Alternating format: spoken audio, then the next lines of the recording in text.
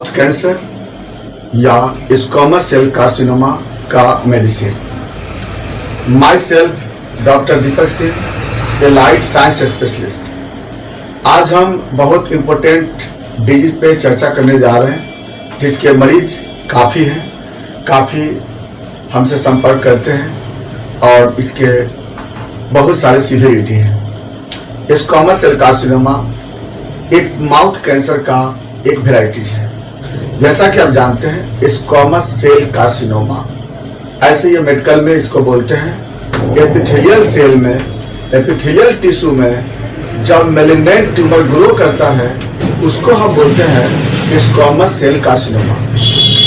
Squamous cell हमारे body में skin, oral cavity, हेरिंग्स या फिर बॉडी के और भी कुछ पार्ट होते हैं जहां पर स्क्वामस सेल बना होता है।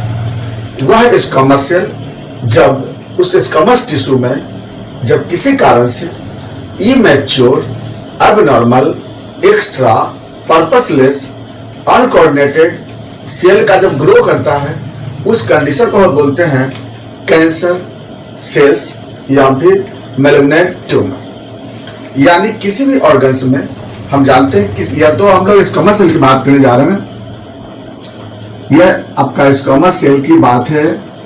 इस सेल में जो नॉर्मल डिवीजन जो होता है, नॉर्मल जिसको मैच्योर सेल बोलते हैं, उसकी जगह यहाँ पर इमैच्योर सेल ग्रो करने लगता है इस तरह से। और इमैच्योर सेल का कोई भी डायरेक्शन फिक्स नहीं होता है, वो कहीं भी ग्रो करता है और खूब ग्रो करता है, अनकंट्रोल ग्रो करता है। और इसी को हम लोग बोलते हैं स्क्वामस सेल कार्सिनोमा।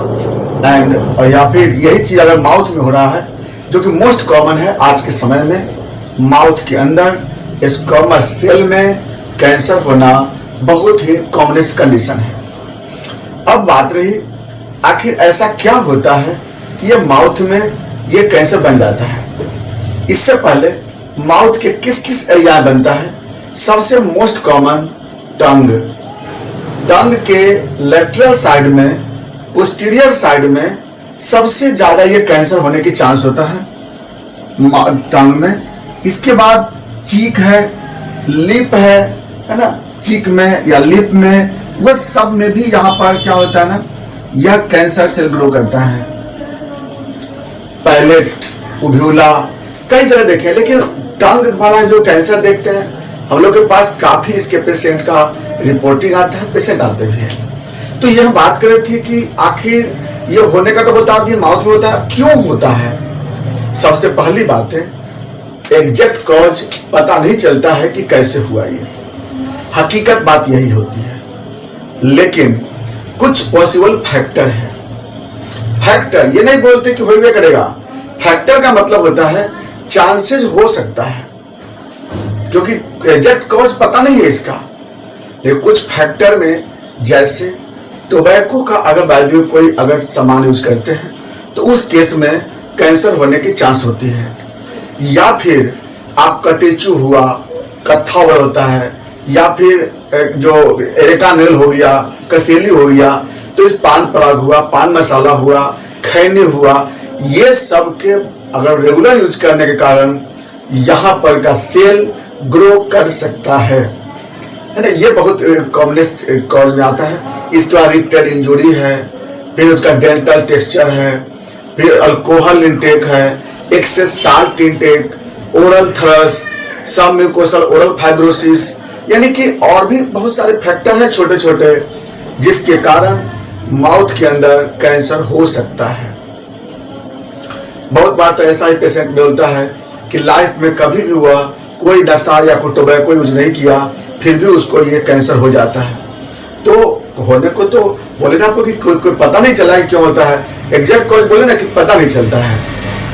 और अगर बाद में कैंसर हो जाता है ना तो क्या सिम्टम आता है, खाना चबाने में दर्द होता है, टंग में खाना निगलने में दर्द होता है, खाना चबा नहीं सकते हैं, निगल नहीं सकते हैं, बोलने में नहीं बनता है, माउथ ओपन नहीं होता है, बॉडी का weight day by day loss करते जाता है, गर्दन घुमाने तक में दिक्कत हो जाती है कितनी बार। तो ये बहुत बड़ा एक गंभीर एक सिम्टम आ जाता है पेशेंट का। और अगर ये कैंसर फैलने लगा ना तो धीरे धीरे फैलते फैलते यह पूरे ओरल कैविटी के साथ साथ यह ब्रेन में चला जाता है। तब तो बहुत मुश्किल हो जाएगा फिर मरीज को बचाना, जब मेटास्टेटिक हो जाता है तो, और साथ साथ ब्लीडिंग भी होने के चांस हो सकता है। जब भी थोड़ा सा इंजरी होगा ब्लीडिंग होने लगता है। अब बात करते हैं कि अगर कैंसर हुआ है पता कैसे लगाएंगे। देखिए, कैंसर का पता लगाने का सबसे पहला तरीका होता है कि हम लोग बायोप्सी करते हैं। पहले तो क्लिनिकल डायग्नोसिस कर लिए, सिम्टम वगैरह जान करके। पेशेंट आया, पहले पूछ लेते हैं, पूछने का कुछ सिम्टम लगा, कुछ मांस का लंप मिला, तो हम क्या करते हैं वहां पर सबसे नंबर 1 में कराते हैं बायोप्सी, है ना। बायोप्सी या तो नीडल बायोप्सी या फिर कोन बायोप्सी, कोई बायोप्सी करके देख सकते हैं। वो डिपेंड करता है कि मांस कहाँ पे है, कितना है, लोकेशन पे डिपेंड करता है। बायोप्सी से पता लग जाता है कि पेशेंट को स्क्वामस सेल कार्सिनोमा है। लेकिन यही बात याद है कि बहुत पेशेंट हम मेरे पास फोन करते हैं या आते हैं, तो हम लोग पहले बोलते हैं बायोप्सी के बाद हमें दूसरे नंबर पे चाहिए सीटी स्कैन का रिपोर्ट।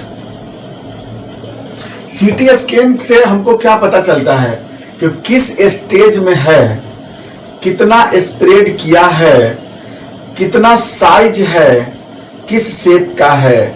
याद रखना है, सीटी स्कैन बहुत जरूरी होता है बायोप्सी के बाद, क्योंकि हम जो मेडिसिन बताएंगे आपको वह स्टेज पे ही निर्भर करता है। तभी जाकर के आप स्टेज पे फ्यूचर निर्भर करता है, ट्रीटमेंट निर्भर करता है।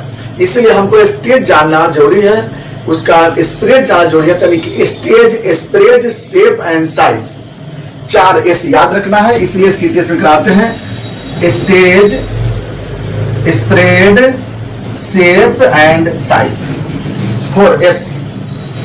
तो किस स्टेज में है, जैसे स्टेज 1 की अगर बात करते हैं तो स्टेज 1 का मतलब होता है, स्टेज 1 की बात करें तो इसका मतलब ट्यूमर का साइज 3 सेंटीमीटर से छोटा होता है ना, 3 सेंटीमीटर छोटा होता है इसका। ये यही तक आपको आप खुद पहचान सकते हो, सीटी से रिपोर्ट देखिए ना आप उसको। उसके बाद कोई भी लिम्फ नोड इन्वॉल्व नहीं होता है। ये हो गया स्टेज 1। क्या क्या साइज, ट्यूमर का साइज लेस देन 3 सेंटीमीटर और कोई भी लिम्फ नोड इन्वॉल्व नहीं होगा। ये हो गया स्टेज 1 का।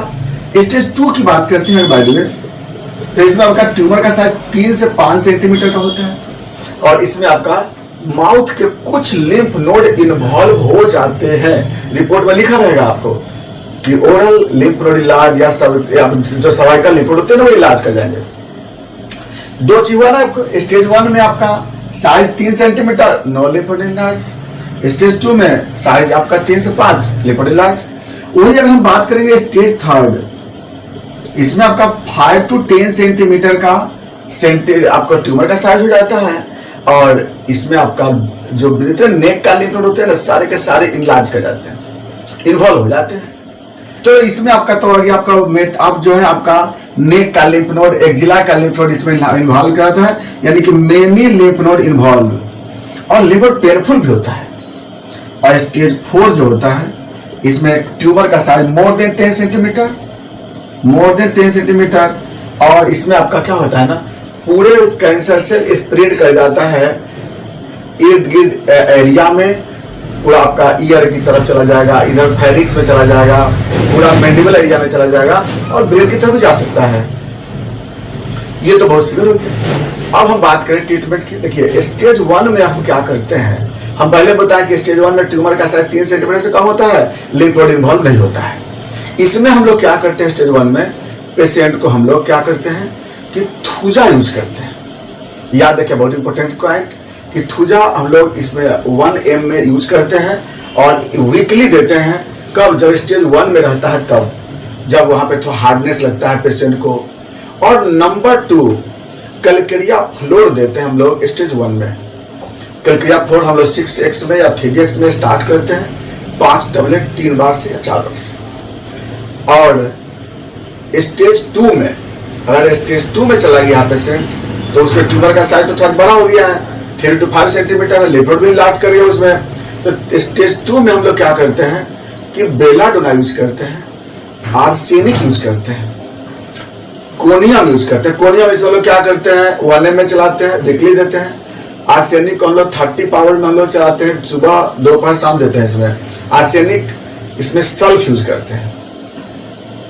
इसके बाद थर्ड नंबर पे कंडुरांगो। कंडुरांगो आता है मदर टिंचर, उसको हम लोग बोलते हैं मरीज को कि कुल्ला करने के लिए बोलते भी है, और प्लस हम लोग बोलते हैं उसको आपको 10 बूंद 3 बार सुसुम पानी के साथ लेने के लिए बोलते हैं पेशेंट को। इसके बाद अगला मेडिसिन इसमें आपका आता है स्टेज 3 के लिए।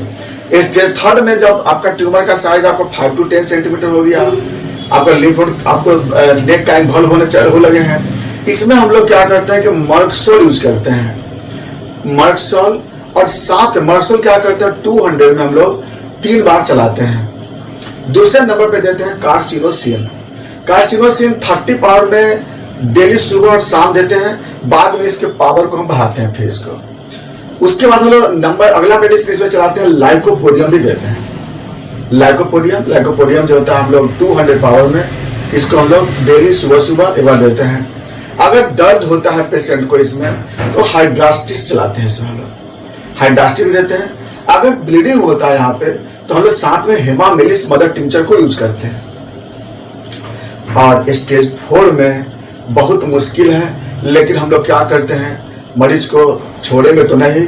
स्टेज 4 में सिफलिनम 1 ml में वीकली यूज करते हैं, क्योंकि इसमें आपका अल्सरेटेड एरिया बहुत ज़्यादा होता है, ब्लीडिंग भी होने लगता है, मरीज का माउथ पूरा लॉक हो जाता है। इसके बाद हम लोग यहाँ पे कार्सिनोसिन यूज करते हैं 200 पावर में, 2 बार सुबह शाम चलाते हैं। और इसके बाद हम लोग फिर जरूरत के हिसाब से जैसा पेशेंट का कंडीशन होता है, बहुत सारे मेडिसिन है इसके, एक तरह के नहीं होते हैं, फॉस्फोरस भी है, नेप्टाम्यूर भी है, लेकिन सब देते हैं हम लोग पेशेंट का सिलेक्शन करके। और याद रखना होगा, हम लोग पेशेंट को नमक देना बंद कर देंगे, स्मोकिंग, टोबैको, अल्कोहल ये सब का प्रोडक्ट अवॉइड करेंगे, और जितना हो सके लिक्विड डाइट पेशेंट को देते हैं, proteins diet, liquid diet, juice और वेजिटेबल का सूप देते हैं, क्योंकि हमें पेशेंट को एनर्जी लेवल को बरकरार रखना है। वेजिटेबल सूप में हम लोग जैसे टोमेटो हुआ, या फिर टोमेटो का सूप देते हैं हम लोग, उसमें जूस बना करके देते हैं, सूप बना करके। और हम लोग को विटामिन ये सब को डाइट देना सप्लीमेंट के रूप में भी देते हैं, और ये जरूरी है। तो ये आपका हो गया माउथ कैंसर। अगर कोई पेशेंट अगर इसमें होंगे, हमें रिपोर्ट करिएगा, लेकिन कैसे रिपोर्ट करेंगे, पहले बायोप्सी और सीटी करा करके। एक बात याद रखिएगा, इसमें अगर आप सर्जरी की तरफ जाते हैं तो स्टेज 1 और स्टेज 2 ये दोनों में सर्जरी आराम से हो जाता है, लेकिन स्टेज 3 में सर्जरी होना बहुत मुश्किल होता है, क्योंकि हमसे बहुत बार सवाल ही पूछते हैं कि सर्जरी करवा सकते हैं कि नहीं करवा सकते हैं। तो याद रखिएगा, सर्जरी के हम रोक नहीं रहे हैं, ये नहीं बोलते हैं सर्जरी नहीं करवाना है, एकदम बिल्कुल करवा सकते हैं अपने सहूलियत के हिसाब से। हम आपको मेडिसिन बताया है, अपने सहूलियत के हिसाब से सर्जरी करवाना है, अपने सहूलियत के हिसाब से, क्योंकि हम रोक नहीं सकते इसमें, क्योंकि यह एक बीमारी ऐसे भी गंभीर होता है। तो स्टेज 1 में अगर पेशेंट है, आप ऑपरेशन करा सकते हैं, स्टेज 2 में है, इसमें भी करा सकते हैं, लेकिन स्टेज 3 में हमें थोड़ा मुश्किल है, इसलिए वहाँ पर केमोथेरेपी ही एक सहारा बन जाता है।